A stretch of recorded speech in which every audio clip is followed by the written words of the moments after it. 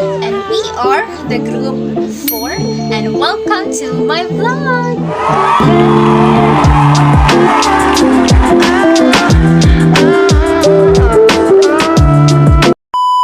So for today's video, we are going to discuss about the English literary periods. So, the Old English period or the Anglo-Saxon period refers to the literature produced from the invasion of the Celtic England by Germanic tribes in the first half of the 5th century to the conquest of England in 1066 by William the Conqueror.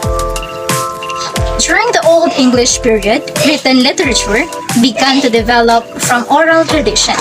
And in the 8th century, poetry written in the vernacular Anglo-Saxon, or also known as the Old English, appeared.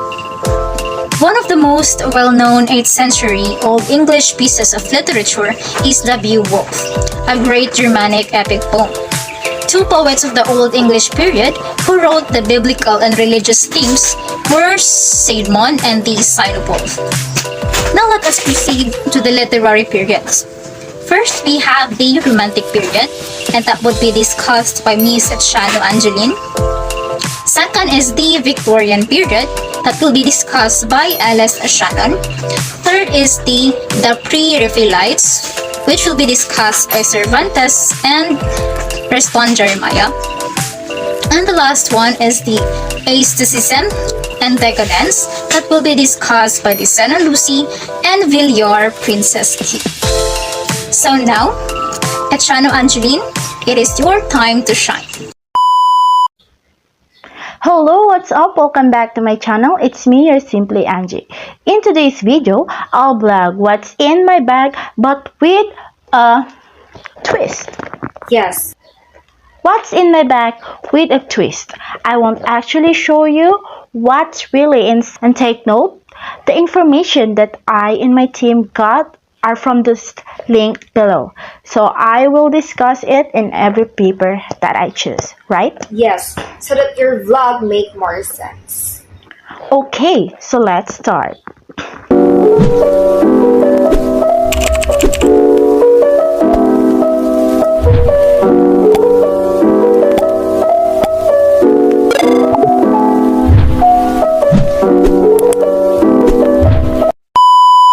First is we have this learning outcomes. The students, viewers, subscribers, family, and friends are expected to first recognize the later periods of English literature as a relevant pieces in the current world history and literature compendium. Second, outline the plot and literary elements of the lyric poems, novels, short stories, and non-fiction prose in the Romantic, Victorian, 20th century, and contemporary period literatures. Third, produce literary responses for the definitive selected texts under the later periods of English literature. And lastly, prepare annotated reading lists under early periods of English literature. Okay, next is we have this background and literature. So, Romanticism is a term applied to the literary and artistic movement that took place between 1785 and 1832 in Western Europe, occurring in the context of the Industrial Revolution, the French Revolution, and the social, political, and economic changes that occurred following the Augustan Age. Romanticism moved away from an emphasis on the importance of an empirical material worldview and looked to the imagination and nature as source of insight. Writers express a great reverence for nature and believed that intuition, emotion, and imagination were more instructive than empiricism and reason.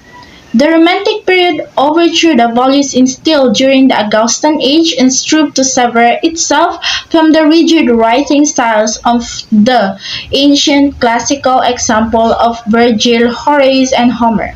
Instead, poets and authors were inspired to write in their own individual and creative voices. Next is we have the Industrial Revolution. So the Industrial Revolution was a transformation for Britain in the 18th century.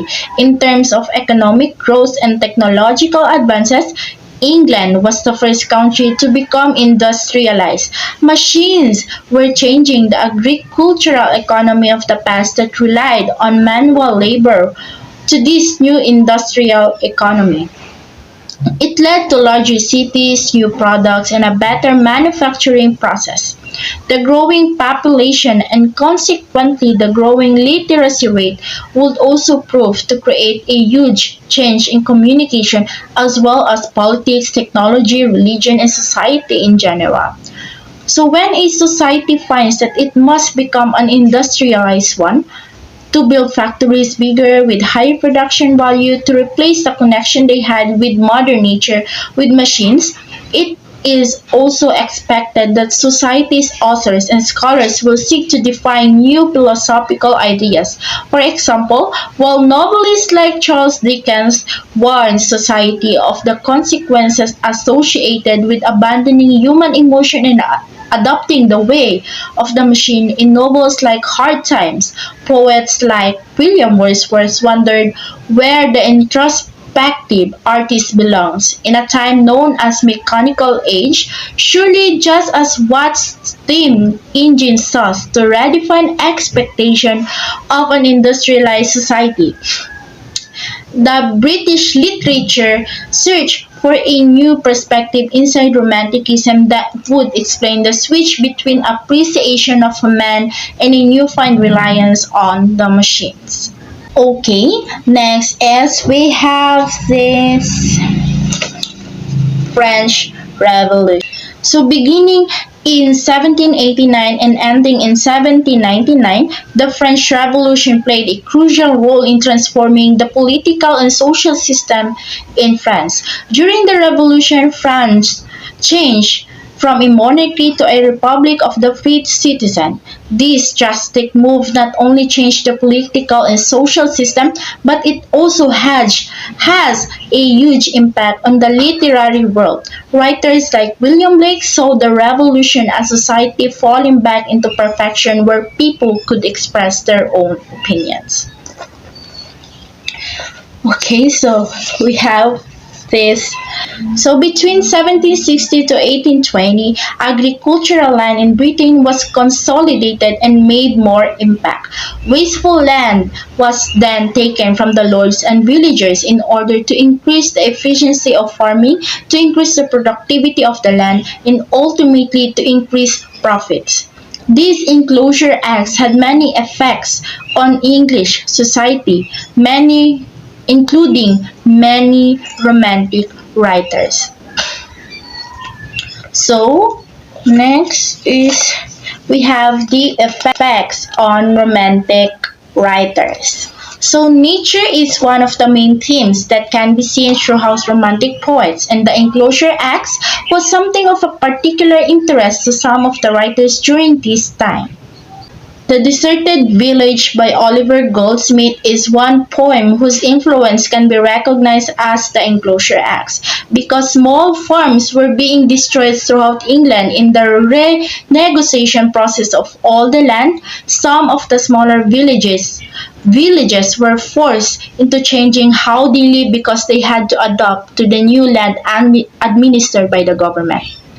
So, the Romantic writers during this time used their skills of literature to express their emotion through their poetry. Next is we have the Romantic era poets. We have this William Wordsworth.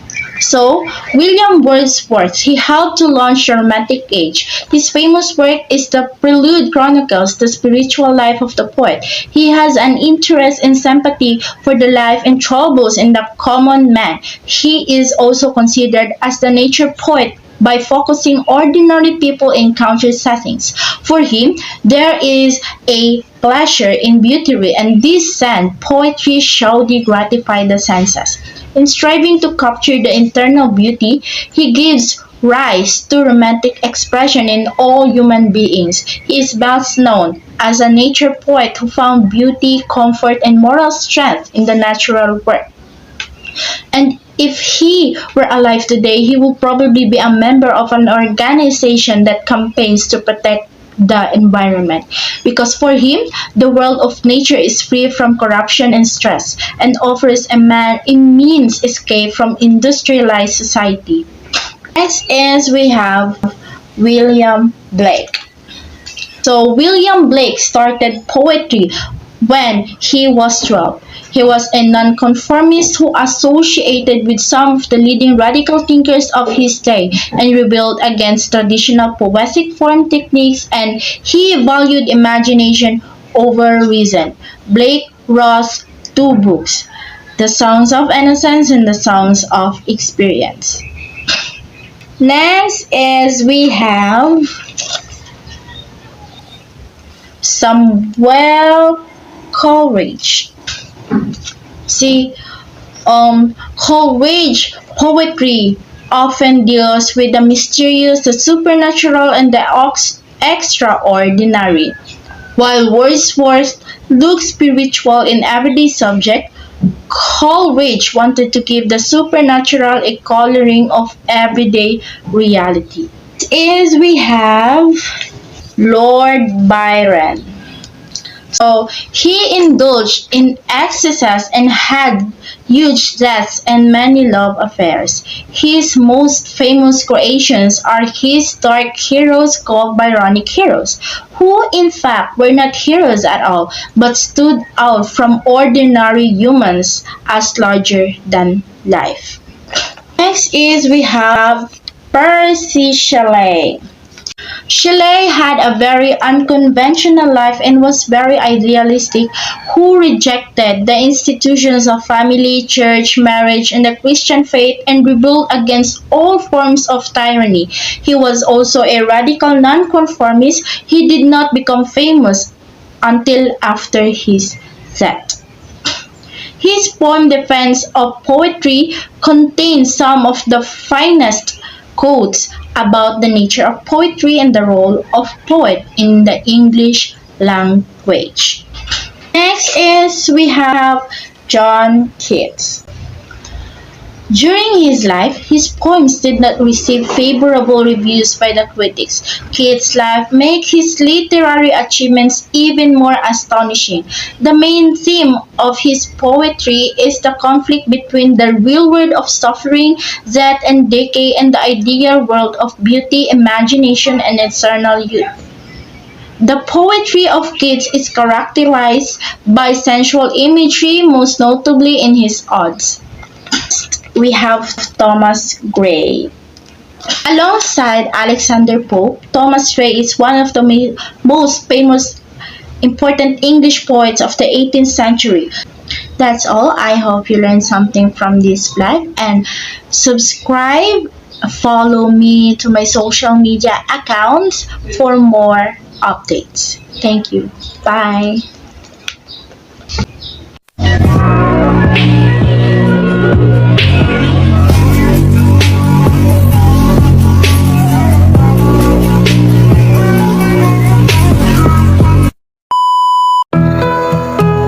Hello guys, welcome to Sean the History.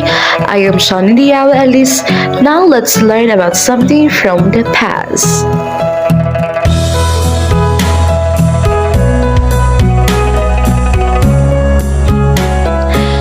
Victorian era in 1937-1901. Queen Victoria, also known as Alexandrina Victoria, was born in May 24, 1819 in Kensington Palace, London, England. She was died January 22, 1901 at the age of 81, which lasted almost 64 years, the longest ruler at her time in British history. Queen of the United Kingdom of Great Britain and Ireland in 1837 to 1901, and an Empress of India in 1876 and 1901. Side facts: When she was 18 years old, Victoria came to the throne in 1837. Victories over the revolutionary and Napoleonic France had increased Britain's influence and standing abroad. Victoria's reign was characterized by intense pressure from the Industrial Revolution, and such as rising population, rural unemployment, and migration to towns. This tension between a small conservative state and a force of change has defined the feature of Victoria's reign. Queen Victoria's period. Gender and class. Victorian society was organized hierarchically with gender and class being the main factors. Victorian gender ideology was premised on the doctrine of separate spheres, men were physically strong, independent, and belonged to a public sphere, and while women were weak considered as independent, which should belong to the private sphere. Class was both economic and cultural, encompassing income, occupation, education, family and structure, sexual behavior, politics, and leisure activities. During the 19th century, members of the middle class were the moral leaders of society. They also achieved some political power. The very small and very wealthy upper class got its income of €1,000 per annum or often much more from property, rent, and interest. The upper class had titles, wealth, land, and all three owned most of the land in Britain, and controlled local, national, and imperial politics. Let's go to religion. In Victorian period, Christianity predominated among Victorian British.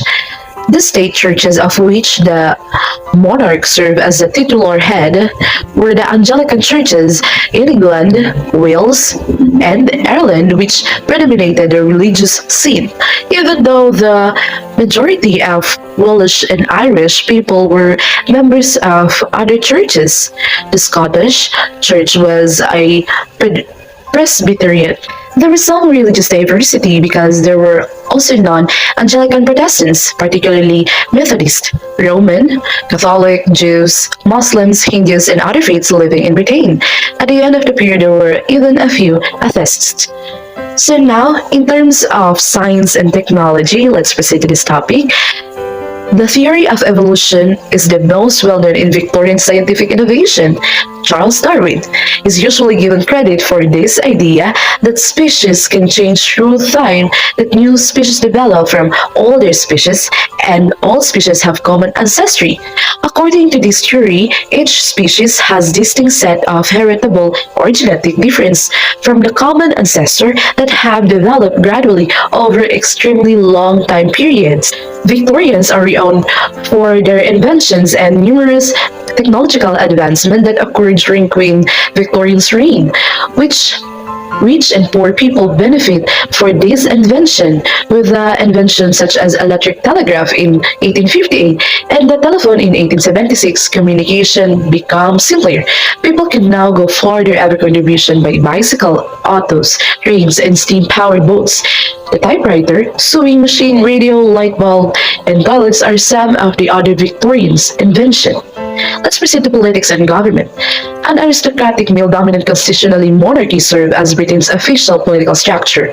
The House of Commons, which includes 600 individuals known as the Members of Parliament, served as the seat of administration during this time and was ruled over by Queen Victoria, King George IV, King William IV, and King Edward VII. Several hundred life-tenured noblemen made up the majority of the higher house, the House of Lords. Two large parties, such as specifically the Liberal Party and the Conservative Party, dominated formal national politics. The Representation of the People Act of 1928 guaranteed full adult suffrage to most women over age 30. This event was important for political participation as it highlighted the importance of local politics and needs for representation in the political process.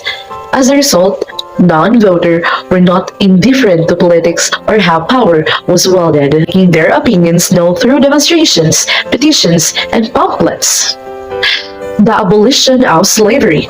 The expansion of the vote, working class political activism, the emergence of liberalism as the dominant political ideology, the nationalization of the conservative and liberal parties, and the birth of the British Labour Party were all significant political developments during the British Empire.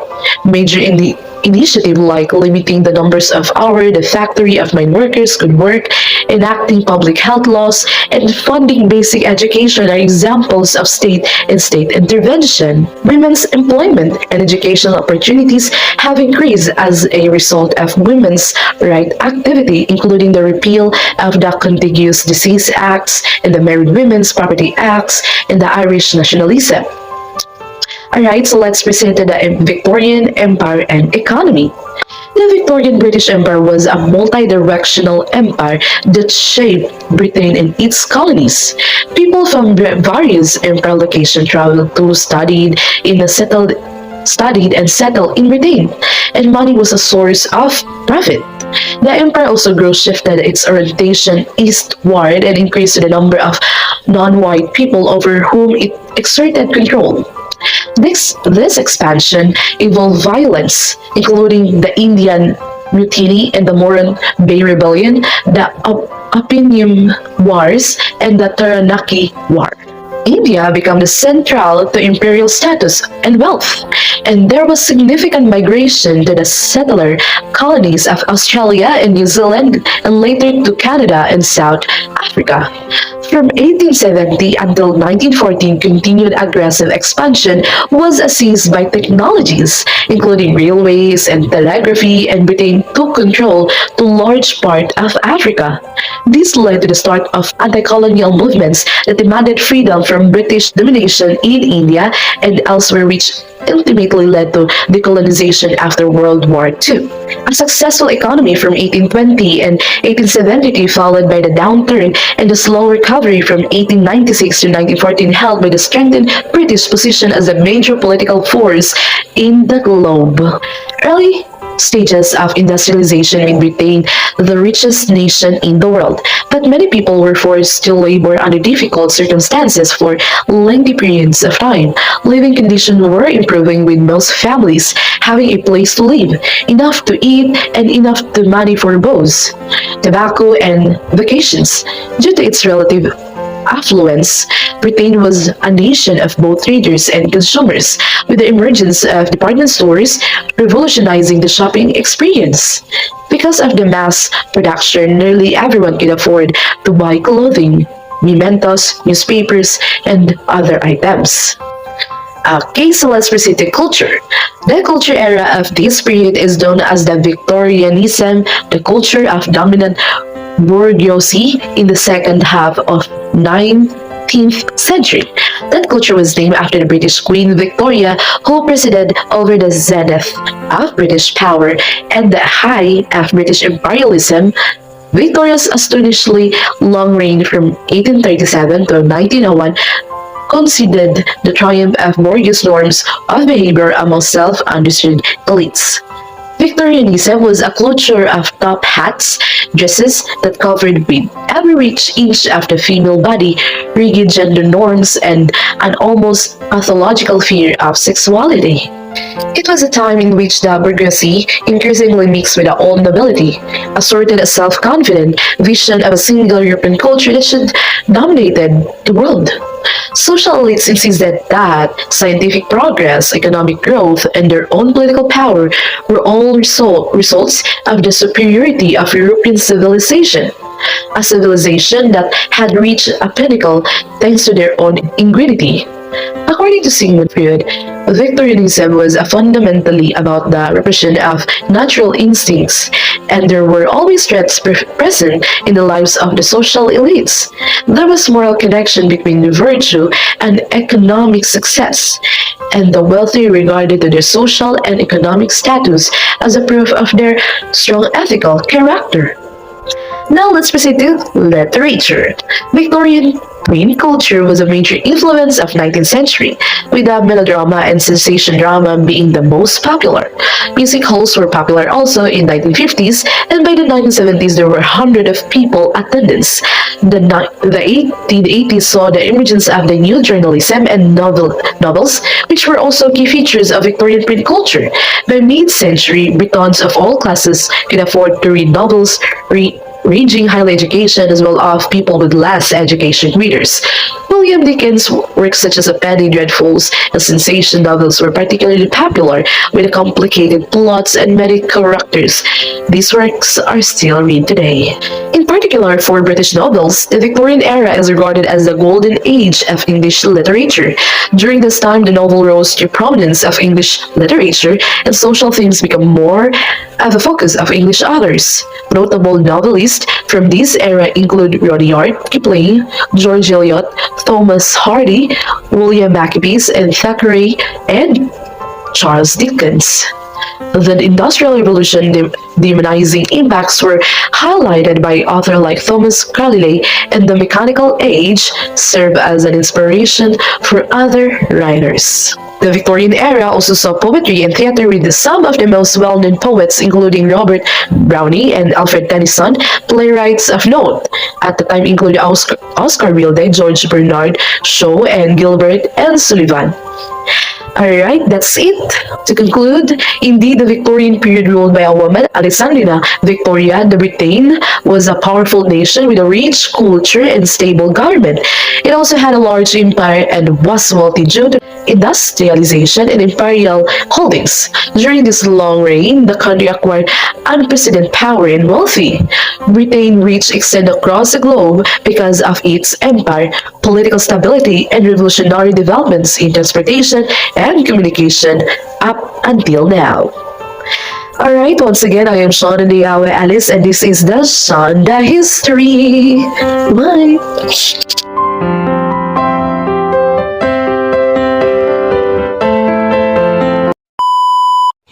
Hi guys, it's me again, Maluni Ordanisa Cervantes, your one and only tour guide. So for today's video, we will explore and learn the prayer palettes. So I know everyone is ready and excited, so sit back and relax, and without further ado, let's start. So, prayer palettes arts is a movement that emerged in England in the mid-19th century. So, the prayer palettes brotherhood, a group of young artists, formed in 1848 with the aim of reviving the styles and spirit of medieval and early Renaissance arts, which they saw as purer and more sincere than the academic art of their time. The prayer palettes rejected the conventions of academic art, which they saw as artificial and superficial, and instead sought to create art that was more truthful and emotional expressive. So they were inspired by the nature's world and sought to create a more realistic representation of their art. So they also drew on literature, mythology, and history for subject matters, and often infused their works with symbolic and allegorical meaning. So, prayer palettes arts is characterized by its attentions to details, vibrant colors, and complex composition. So, the artists often use bright jewel-like colors and intricate patterns to create a sense of decorative richness in their paintings. So, they also often depicted women as idealized ethereal figures with long flowing hair and delicate features. So here are some of the famous prayer palettes artists. So first, Dante Gabriel Rossetti. He was a British poet, sculptor, painter, and a translator. And her artwork is the Lady Lilith, who is figure from Jewish mythology and is portrayed as an iconic Amazon-like female with long flowing hair. So the name Lilith is derived from the Babylonian Talmud, it is refers to a dangerous demon of the night associated with the seductions of men and murder of children. Next is William Helmont Hunt. So he was an English painter and one of the founder of the Pre-Raphaelite Brotherhood. So his paintings were notable for their great attentions to details, vivid colors, and elaborate symbolism. So his famous artwork is the Awakening Conscience that was conceived as the material counterpart to Hans the Light of the World. So its inspirations was a verse from Proverbs as he that taken away a garment and cold weather, so is he that singeth song to an heavy heart. And now, the last one artist is John Evelett Millay. So, John Evelett Millay was an English painter and instructor. So, it depicts of Ophelia, a character from William Shakespeare's play Hamlet, singing before she drowned in a river. So, the work encountered a mixed response with the first exhibit at the Royal Academy, but has since come to be admired as one of the most important works of the mid-19th century for its beauty, its accurate depictions of the natural landscape, and its influence on artists from John William Waterhouse and Salvador Dali to Peter Blake, Ed Rushka, and Friedrich Hersey. The art of these three artists has a significant impact on the development of later movements such as Symbolism and Art Nouveau. So that's all for our video, and I hope everyone enjoyed. So see you next vlog. Bye-bye! So hi everyone, my name is Jeremiah and I'll be doing my skincare routine, and this will be a skincare vlog while we talk about the significance of pre-Raphaelite art. So first things first, let me tie my hair. And well, pre-Raphaelite art was a movement that emerged in mid-19th century England, which sought to revive the art of the Italian Renaissance before the time of the painter Raphael. Here's a simplified explanation of the significance of pre-Raphaelite art. So first things first, we have to take vitamin C for our skin. While we talk about the first significance of pre-Raphaelite art, now the first is the rejection of academic art. The pre-Raphaelites rejected the academic art of their time, which they felt was formulaic and lacked emotion. They sought to create art that was more truthful, nature, and depicted real-life situations. So most of their arts are geared toward real-life situations that are happening in the country, which is in England, and geared towards the poverty, mistreatment, and judgment among people. Now, while we wait for our vitamin C to dissolve in water, let me do my cleansing with a micellar water.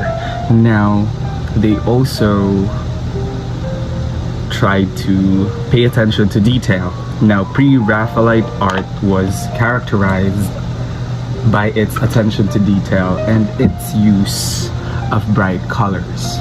The artists often painted in a highly realistic style, which emphasized the natural world and the beauty of everyday life. So unlike other art movements, the pre-Raphaelite would use certain tones that are geared towards humanity, as what I've mentioned before, and they've also used certain color palettes that depict certain emotions that were present at the time.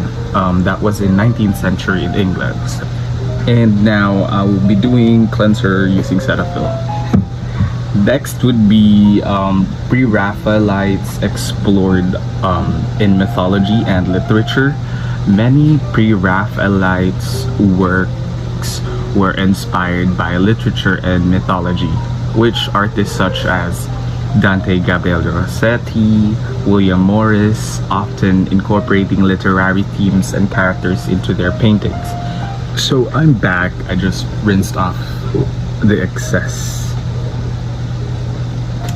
cleanser off of my face. Now, Pre-Raphaelites also put emphasis on beauty. Pre-Raphaelites art placed a strong emphasis on beauty, with many works featuring beautiful women in lush, natural setting. This focus on beauty was seen as a reaction against the industrialization and urbanization of Victorian England. And people at the time, they were so against by it that they actually practiced a lot of things. And that includes outfits that are often worn by peasants, and they also made a throwback, quote unquote, with other fashion statements, such as the long gowns wearing petticoats on their waists, just to emphasize their hips. So pre-Raphaelites really dived on to emphasizing beauty in 19th century. Now time to take our vitamin C.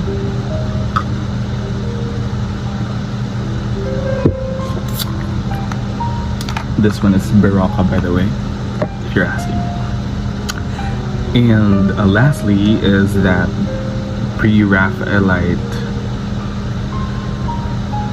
art movement had and still continues to influence the later art movements.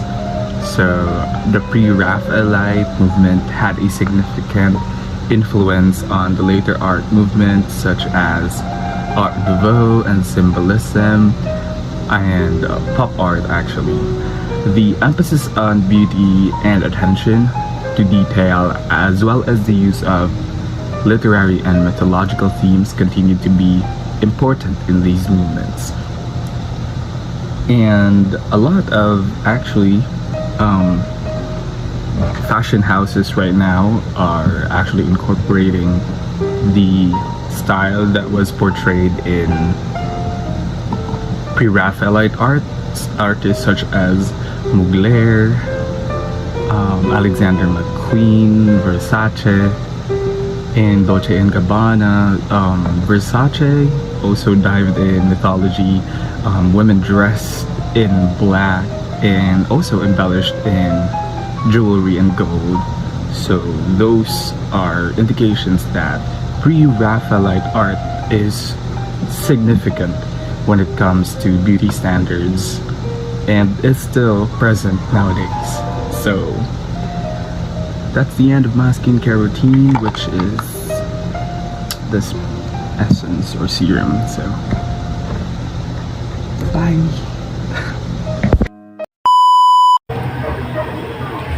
Nice. It's so boring today. What if I visit my YouTube account? Let's see.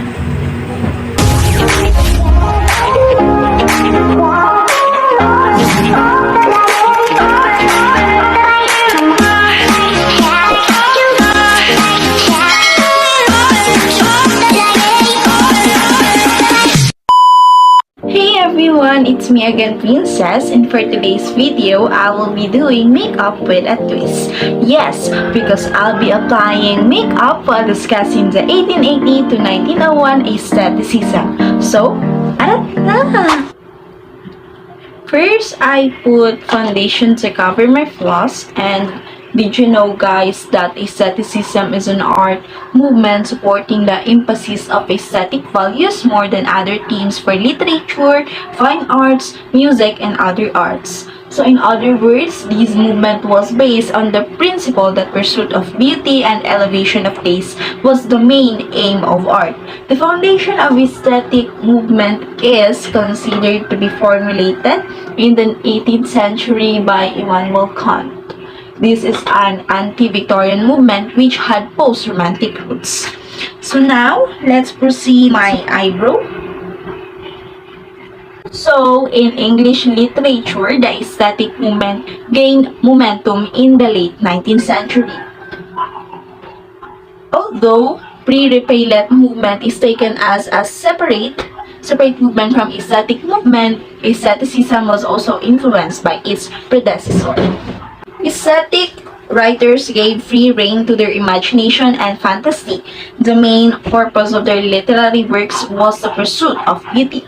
Since the followers of the movement didn't believe in the didactic purpose of literature, they did not accept the view of John Ruskin, George MacDonald, and Matthew Arnold, who believed that literature should convey moral and messages. And now I will be doing my eyeshadow. So let's continue. Freedom from social and moral functions, the pursuit of beauty, and the emphasis of the individual self in the judgments of taste can be deemed as hallmarks of this movement. The literary works of his movement was characterized by the immense use of symbols, sensuality, suggestion rather than statement, and synesthesia effects or correspondence between words, colors, and music. Oscar Wilde's novel, The Picture of Dorian Gray, is one of the most well-known examples of aestheticism in 19th century literature. Oscar Wilde, 1854 to 19th century, Algernon Charles Swinburne, 1837 to 1909, John Addington Symonds, 1840 to 1894, Vernon Lee, 1856 to 1935, Arthur Symons, 1865 to 1945, Ernest Dowson, 1867 to 19th century, Aubrey Beardsley, 1872 to 1898, are some writers that belong to aesthetic movement. Most of these writers follow the concept of art's sake not only to their work but to their personal lives as well. They lived extravagant lives and were devoted to the cult of beauty and art. They believed that life could copy art. The later period of aesthetic movement is associated with the emergence of decadence or decadent movement and the early symbolism. And now, I will be doing my eyeliner. This is the hard part for me. So while doing this, let's proceed to the example of aestheticism. So first, the picture of Dorian Gray by Oscar Wilde. The picture of Dorian Gray by Oscar Wilde is the best-known literary example of aestheticism. It is also Wilde's only novel. The book follows Dorian Gray, Lord Henry, and Basil Hallward. The former Dorian stopped aging for his life play out in a portrait he keeps hidden away in his home, painted by Basil Hallward. Throughout the novel, the characters muse on the value of beauty in comparison to everything else. Dorian wishes that his portrait would age instead of him so that he might remain beautiful for as long as possible. Now let's proceed to the second example. Non sum quales eram boni sub regno Sainare by Ernest Dowson. So, non sum quales eram boni sub regno Sainare is Ernest Dowson's best-known poem and a good example of aesthetic writing. While Dowson is generally considered to be part of the decadent movement, this piece of writing was directly influenced by the principle of aestheticism. The poem tells of speakers unending passions for a woman he can't have. He spent a night with a lover but couldn't keep his mind off Sainara, a woman he previously loved. Here are the few lines from the poem.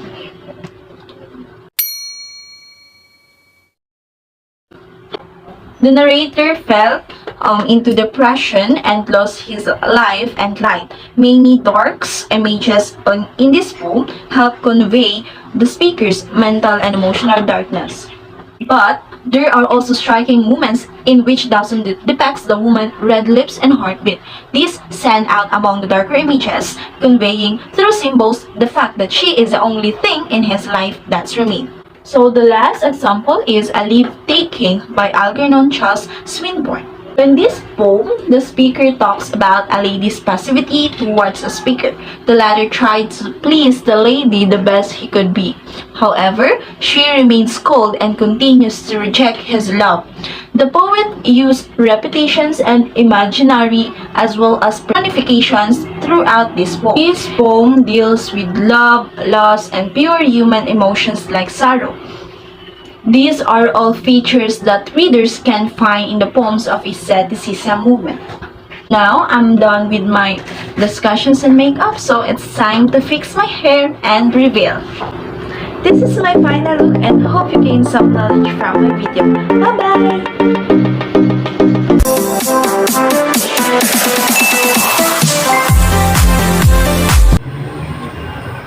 Oh, that's pretty amazing. I was really inspired to do a vlog for today. But before we start, Miss Princess said that the later period of aesthetic movement is associated with the emergence of the decadence or decadent movement and that early symbolism. So, I've decided in my makeup tutorial, I'll be discussing decadence. Yes, it's decadence. Let me think.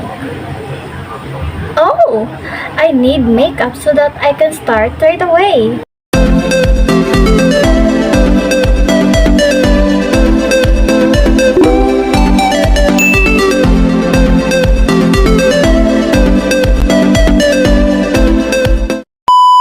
Hello everyone, I'm Lucy Lucena.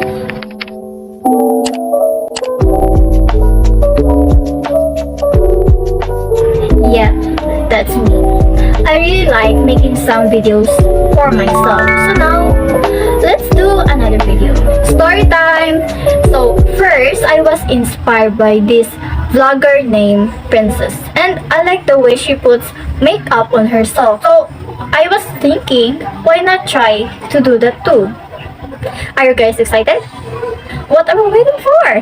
Let's start! So I have here some of my makeup. And yeah, so what we're gonna do first is that let's put this lip moisturizer so it's good to our lips. Okay, just a little. So in line with Miss Princess said, I just want to add something of it. That did you know in decadence by around 1890s another term had become associated with this focus on art for art's sake. It has origin in common in aestheticism and the two terms often overlap are sometimes used interchangeably. So now let's move to our eyebrows. So I prefer to use this eyebrow gel so that's just look natural. Yeah. Well, for you guys to know, the term decadence was first used to describe French writer from the middle of the 19th century, particularly the Baudelaire and Gautier. By the end of the century, Europe had adopted the term decadence as an aesthetic concept. The word's literary meaning is a falling away or deteriorating trend. So in France, decadence became associated with a type of poetry exemplified by the writing of Paul Verlaine and Stephen Mallarmé, and also with the fictions of Joris Karl Huysmans. Also, in England, it was Walde himself who was identified as central to the English decadent tradition, along with Arthur Symons and the poet Ernest Dowson. Walde was important because of his high visibility in fashionable London clubs and theatre. He dressed flamboyantly, sparking fashion that others copied, and he was a brilliant self-publicist and equipped that his life was work of art. Also, in decadence, they have what they call yellow. So what is this exactly, if you ask me? Well, a book called The Yellow. This book was consist of articles, poems, stories, and artwork. It was started in 1894 and ran through 1897. So the Yellow Book helps to create a startling new fascination. Formerly associated with decay and bruise, yellow and green were now connected with luxurious fashion. They also have degeneration and the wooded trials and a footnote. And because by the, what do you call that, by the 18th 90s, Max Nardus sensationally writing, which criticized authors like Oscar Wilde in his 1895 book, Degeneration. He helped to promote the link between decadence and the degeneration. At the height of his reputation as the most well-known writer of the time, Oscar Wilde was placed on trial. In accordance with recently established legislation that made gay conduct criminally punishable, he was accused of gross decadency. In short, decadence was closely linked to rebellious sexual impulses, and those connected to Wilde's fate experienced worry and anxiety as a result of it. Many thought it best to remove themselves from its reputation as harmful. Lastly, and the footnote was written by Caroline Burnett at Berwick University of London. And Caroline Burnett teaches English literature and Victorian studies as a senior lecturer. Her studies and writings are primarily about the later 3 decades of the 19th century with a focus on feminism, psychology, emotion, and ethics. Now it's time for our lipstick. We are almost done. Okay, let's make it perfect. Slow kisses. We're done. Now let's see the final result. Oh wow, I made it, guys. Look. Well, that's all, and don't forget to subscribe to my YouTube channel. Bye!